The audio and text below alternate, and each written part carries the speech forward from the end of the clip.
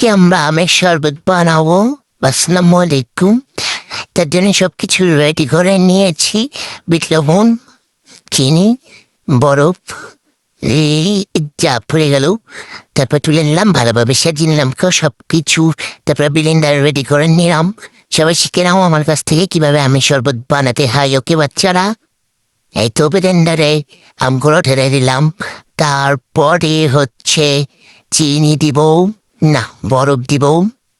তারপরে কি দেবো, চিনি দিব। এবার চিনি চিনি চিনি দিব, বেশি করে দিব। 1 চামচ দিব, আবার দিব, আবার দিব, বেশি বেশি দিব, বারবার দিব। বারবার দিতে ভালো লাগে, বারবার দিব, আরো দিব। তারপরে বিট লবণ দিব, অনেক দিব, একটু বেশি করে দিব।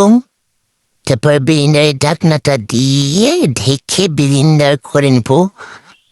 ব্লেন্ডার করে নিয়ে আমি জুস রেডি করে নেব। আমার জুস রেডি। তারপরে গ্লাসে ঢেলে নেব।